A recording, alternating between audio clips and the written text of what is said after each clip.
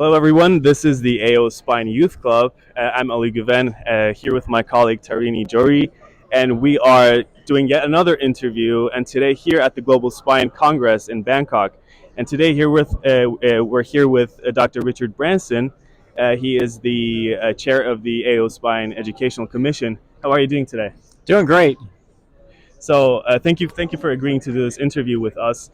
And so we actually have a couple questions that we're gonna be asking with Tarini here. I would like to start by asking you: could you share your full name, specialty, and current position? So my name is Rick Bransford. I'm based at the University of Washington. I work at Harborview Medical Center in Seattle. Been there for a while. I actually did my residency there. Finished, back in 2001.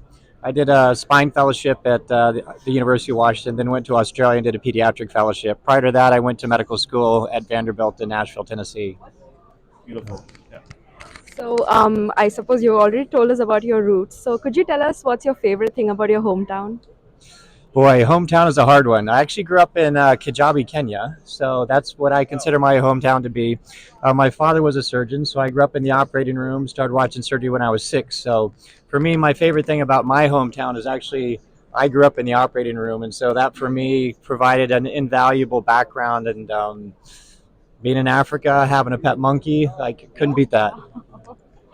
And how did it start with spine surgery? Why did you choose this field? The irony is I had never planned on being a spine surgeon. I actually wanted to be a pediatric orthopedist. In my 4th year of training, one of my mentors said, "You should be a spine surgeon." And I said, "I don't want to be a spine surgeon." He says, "No, you should be a spine surgeon." And I said, "I don't want to be." He says, "No, you will be a spine surgeon."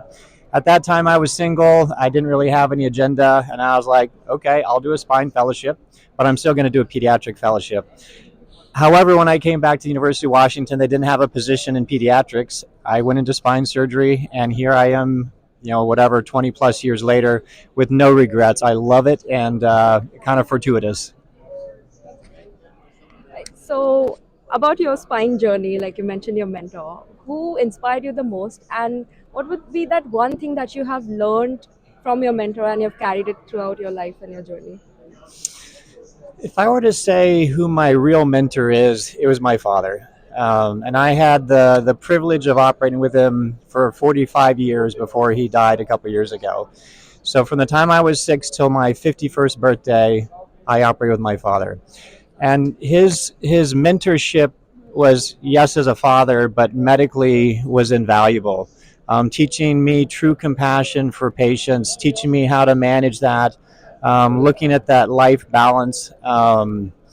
And even with my role in education today, that comes from my father. He was an educator. He's like, I can do one surgery and one person benefits. If I train 10 and they do 10 surgeries, 10 people benefit. If they then trade 10 each, you have 100. And so that exponential impact, that's really driven me and sort of made me do what I do now, both as a part of the residency program I'm part of. I'm the fellowship director and an education for AO.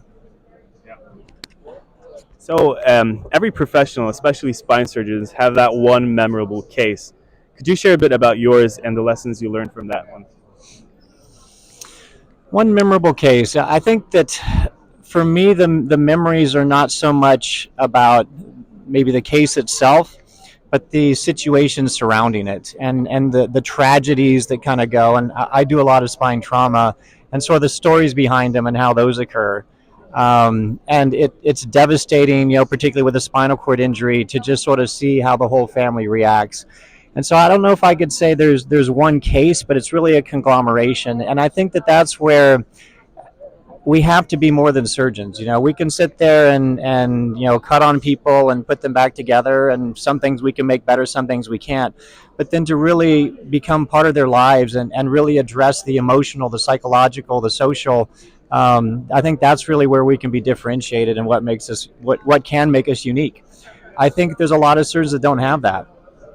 And I think that, as we heard this morning in the women in spine thing today, it's like it's a critical part, and that can separate us apart. So, you are a spine faculty member. How important is it for a spine surgeon to be involved in such academic communities? And also, that how has AO Spine influenced your career?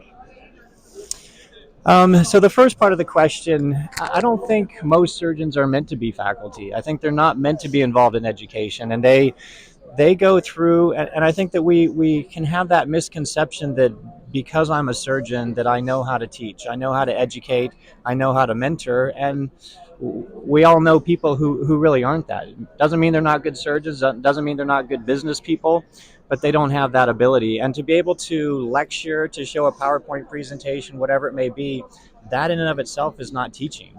And so to be able to recognize and engage the audience and really know how to do that, and I think that's something that AO does so well. They do faculty development, they do chair development, they do leadership development. And you can see the progression of people that go through that and see the growth. And I think that is invaluable. So I think that most people really shouldn't be involved in teaching, and they're not going to do it well, and there's going to be a loss. But again, as you've already heard from me, it's a passion. Is there an achievement that you're most proud of in your career? Um, for me, I hope I don't know if I don't know if I should be the one answering this. Maybe you should ask my wife or my kids. I come from a large family growing up, as well as my own family, and my achievement is that my family influences who I am, and they're my anchor. And so I would say that maybe my greatest achievement is being able to try and I have a wife, I have 5 kids, four of my own. We adopted one. But that's what to me is what grounds me and gives me that perspective that as I engage with my wife, as I engage with my kids, and get that energy that I can then take into my workspace and deal with the tragedies and the various things that happen, and put that whole package together. That to me is of great value. Beautiful. Yeah. So, if you could turn back time, what would be this one advice you'd give to the young you? If I could turn back time, I would love to turn back time as I age. I think that the one advice I would give to the young me is sort of the core fundamentals of humanity. I think come from compassion, humility, and honesty. And when I interview fellows, I say you need to have that. And so I I'm not saying I didn't have that. I hope in the beginning, because you asked if I could turn back time, what would I do differently? But I think that that's really what's core, and be true to yourself and realize what it is you want to accomplish and stick with it. But also make sure that when you're on your deathbed, that you can look back and say, I would do it again, as opposed to look back with regrets. And I think if you can kind of maintain some component of that focus, that hopefully you finish well. And finish doesn't mean that you die in the operating room. Um, Things change, but be true to yourself and be true to a foundation that comes with a core philosophy and principles that you want to live by. All right, so we've come to the part of the interview where we'll ask a couple questions. They will be random questions and fun questions, actually, and we've gotten very funny answers from different surgeons. So let's go ahead with what is your hobby? What do you have hobbies? My hobbies have changed over the years, particularly with the family. I used to love to run. I don't run as much anymore, but my biggest hobby is actually being with my kids, being with my family. That to me again is critical and important to me. Okay. Go ahead. Yeah. Do you have a favorite book? Those change over time. So I'm an avid reader. My most recent book that really has changed my perspective, and I think that in surgeons, and particularly in AO, I think we owe it to what we do to have books on leadership and stuff like that. I recently finished reading Rebel Ideas, and the premise of that book is that we need to surround ourselves with people who challenge our status quo.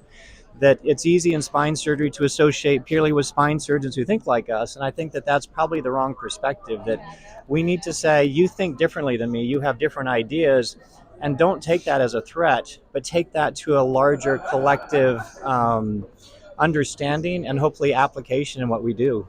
So that's my current favorite book that I rail about and That's beautiful. really believe in. Do you have a favorite sports to watch and a team, maybe? My favorite sports to watch is whatever my kids are doing. Okay. When it comes to the sports I enjoy watching, I guess maybe on a more professional level, because my three boys love American football, Yeah. the NFL. We like to watch football, and they like the Seahawks, so I support my kids and I support the Seahawks. Great. Yeah. And do you have a favorite surgery? Ooh, favorite surgery. I love posterior cervical, particularly occipital-cervical. I like C1, C2s. If I could be a C1, C2 surgeon all day, that would probably be my favorite thing, and I could do that day and night. And navigation or freehand? Freehand. Freehand? Cool. And how about open or MIS? A blend of the two. I think that there are certain applications for each. I'm probably classically more of an open surgeon, and maybe that shows my age to some degree. But I think a lot of it too comes with being where I am. We get a lot of revisions, a lot of we're a tertiary referral center. So with that, I think most cases I see are not really amenable to MIS. All right. And to finish off, a word that defines spine surgery for you? Does silence mean anything? The words that define spine surgery, it's unique, it's complex, it's fun. Beautiful. Okay, so that's the end of our interview. Thank you so much for joining us today. It's and being a source of inspiration and motivation to so many young spine surgeons. Well, I think I'm still young, so maybe I don't fully qualify, but hopefully forever young in heart. Thank you. It has been a privilege, though. Thank So, you. yeah. And if you're interested in joining the Spine Youth Club, please reach out to us on our social media and let us know.